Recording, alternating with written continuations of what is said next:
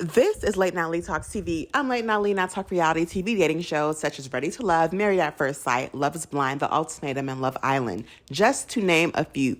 So if you do enjoy watching that type of content, then please go ahead and subscribe to the channel so that you don't miss out when I upload a new video. This is a new channel, so I do appreciate the love and support.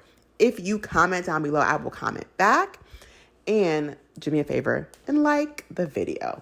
Let's get into Ready to Love Season 9 Fort Worth. Alexis did an interview with Little Black Book 91. Kojo, shout out to him and his patience because I couldn't do it. He does, of course, a ton of videos, a ton of interviews with the Ready to Love cast, and he did an interview with Alexis. Now, this is coming off of, her storming out and having this huge meltdown on the reunion. And I want to start by saying this, because I don't want this review to run long, because that interview ran long. I want to start by saying this. Alexis took no accountability. She blamed it on production. She said that they gave them like finger foods and pumped them with alcohol for 9 hours. Let me tell you why that's not an excuse. Because this is not your first time with this production crew. You were filming for multiple weeks with this production crew. You know how they do. Day one, at the first mixer, you saw how they were. I'm sure it was the same thing. We saw those mixers started during daylight hours and went on well into the night. So you know how they are. You are at a big grown age where you know you don't go nowhere first without eating. Unless I'm going to an actual restaurant, if you invite me to any event, I am eating first. Because for one, I know that most events are going to have finger foods or maybe not even have food. Not enough to fill me up. So I'm going to eat before I go anywhere.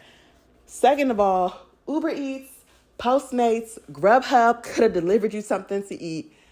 Also, we're not going to blame alcohol. At your big age of over 30 years old, you know your alcohol limits. You know what a couple of drinks does to you. Everybody knows that. It's not an excuse. We're not in our early 20s anymore. We're not teenagers anymore. We know what alcohol does to our bodies. You all know you don't drink without having food in your stomach. We know that. It's not an excuse, and I am sick and tired of people using it as an excuse, and this is the age of accountability. We are not accepting I was drunk as an excuse for people who are over the age of 30.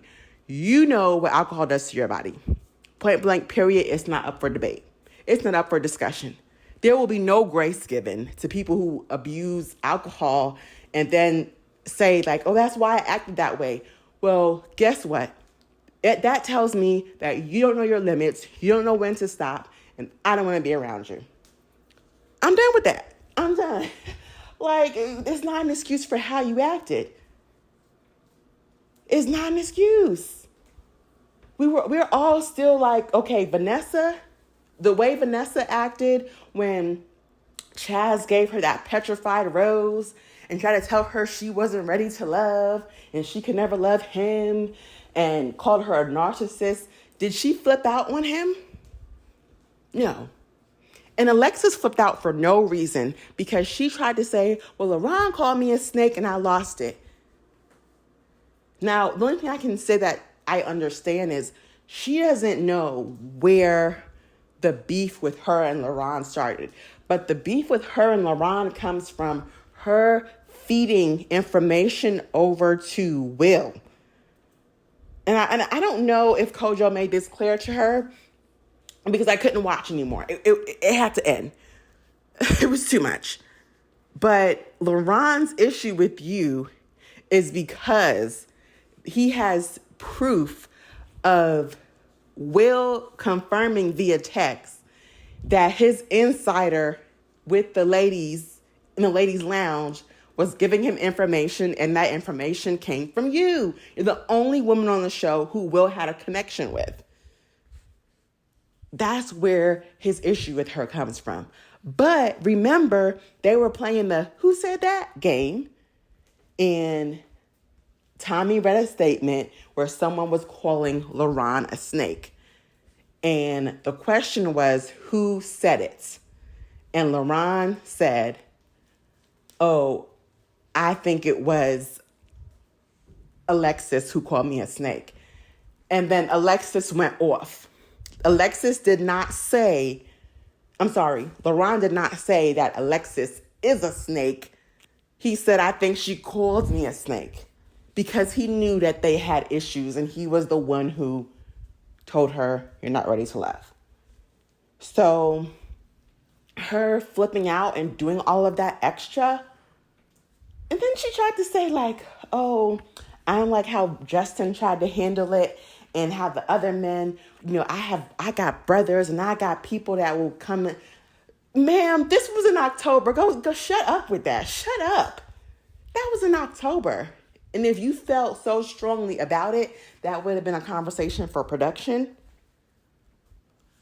But for you to be on someone, I got some brothers who want to, talk to you about, no, ma'am, you need to talk to yourself. Your brothers need to talk to you and how you talk to people, because this is a different age. Some women feel like they can talk to a man any type of way, yell at him, have their hands in his face. These men hitting back. And I'm not saying that it's right. I don't think it's right. But I also do not excuse for women to put their hands on men and then not think a man is going to put their hands back on you, because a lot of them are doing it. It's a different age. They're doing it. They are doing it.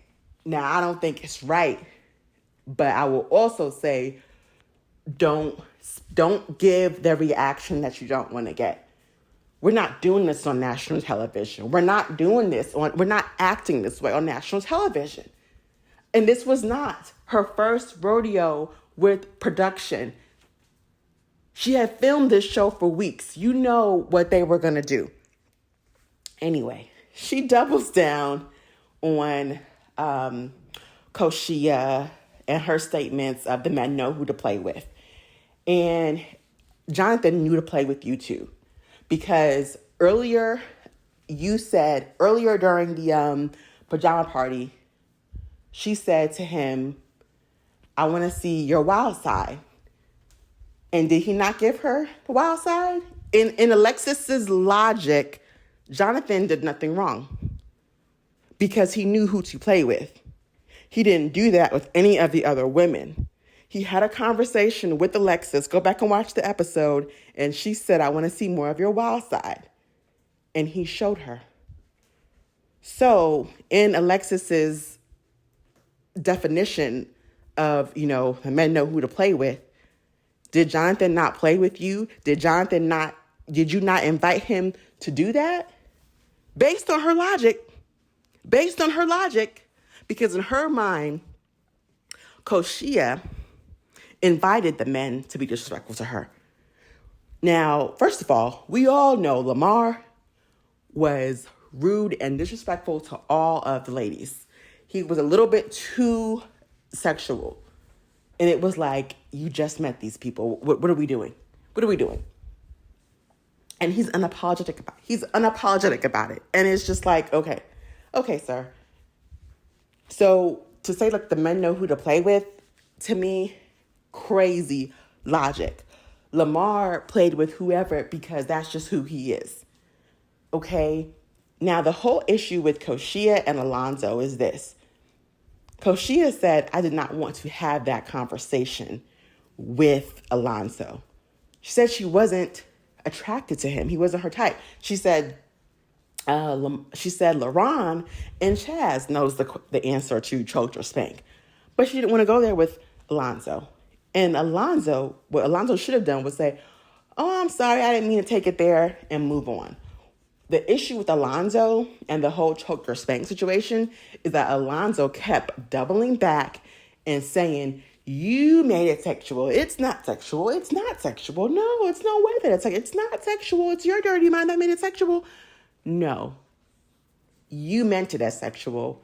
She told you she didn't want to go there, and then you tried to gaslight her. That was Alonzo's issue. Not that he said choked or spanked, but the fact that he would not let it go and try to reverse and flip it and say, no, you are the one with the dirty mind. And then just to insinuate like that the men know who to play with, that is that dirty behavior, that mindset, that's equivalent to, well, the woman was in the club drunk, so if a man assaulted her, that was her fault. Or, things like that. Like when street ladies of the night, if they are unalived, well, their lifestyle is their fault. No, it's not. Okay. That is that dangerous narrative, that's very dangerous rhetoric. And the men know who to play with. Men gonna play, period. When women are walking down the street past construction zones, the construction workers are gonna catcall them. Just because. It's not the men know who to play with. They're just men. A lot of these men I don't think their mama raised them to act that way. But especially when they're in group settings with other men, they can become so they have that locker room mentality.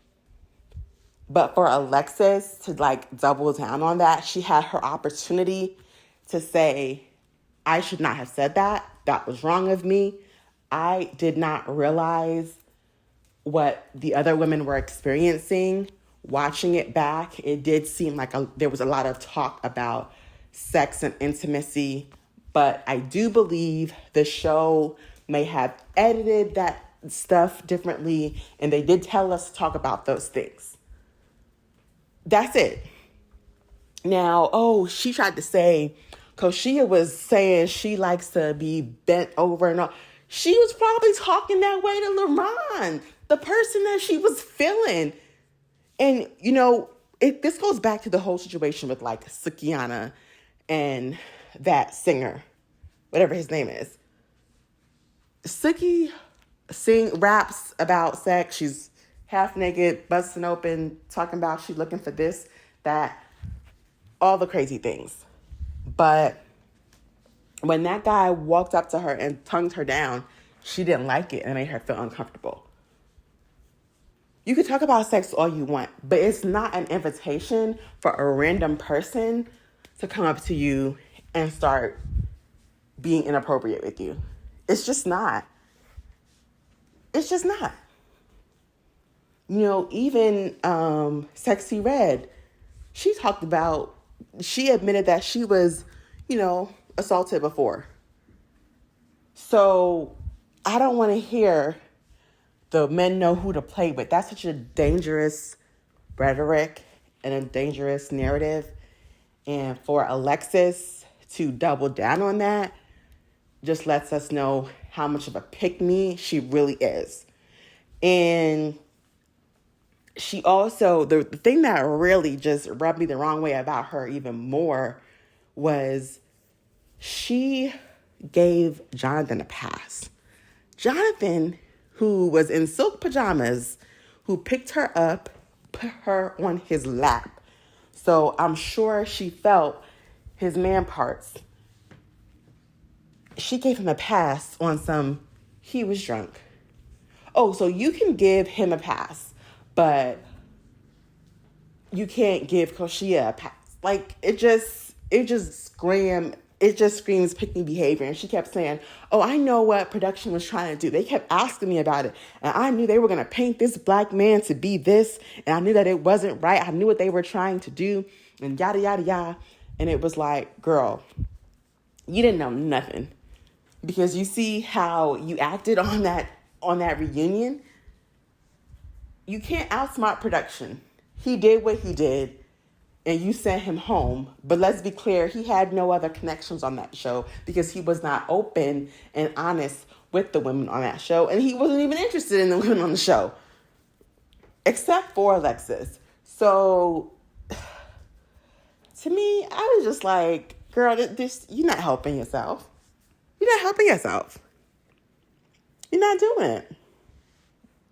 It's giving the definition of pick me vibes. Like, oh, I was going to protect this black man because I knew what they were trying to say. That black man did not protect you.